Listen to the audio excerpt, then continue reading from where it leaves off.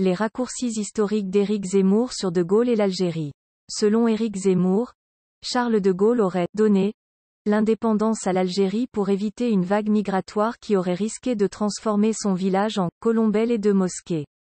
Nouvelle variante de la théorie du « grand remplacement », cette affirmation repose toutefois sur l'extrapolation de propos privés qui ne reflètent pas la politique algérienne du général, selon plusieurs historiens interrogés par l'AFP. Je rappelle que le général de Gaulle a donné l'indépendance à l'Algérie parce qu'il ne voulait pas que son village devint colombelle et de mosquées. Il a écrit, il a dit.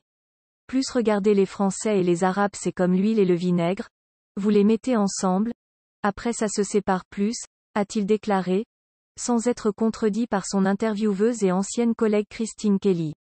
Contacté par l'AFP, plusieurs historiens, spécialistes du général ou de la guerre d'Algérie, contestent toutefois cette vision en rappelant que ces propos prêtés à Charles de Gaulle n'ont pas guidé sa politique et en affirmant que c'est notamment le coût humain et économique de la guerre ainsi que les dégâts qu'elle causait à l'image de la France qui l'ont conduit à ouvrir la porte à l'autodétermination du peuple algérien.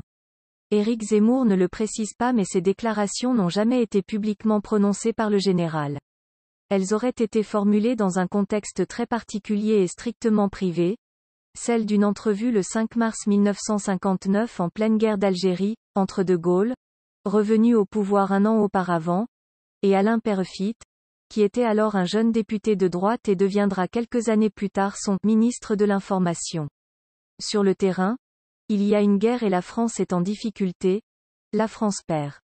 Les opérations d'éradication des maquis sont quasiment achevées fin 1959 mais il y a un terrain sur lequel la France n'a jamais réussi à vaincre, c'est la lutte contre tous les réseaux du FLN, de propagande, de collecte de fonds comme d'attentats.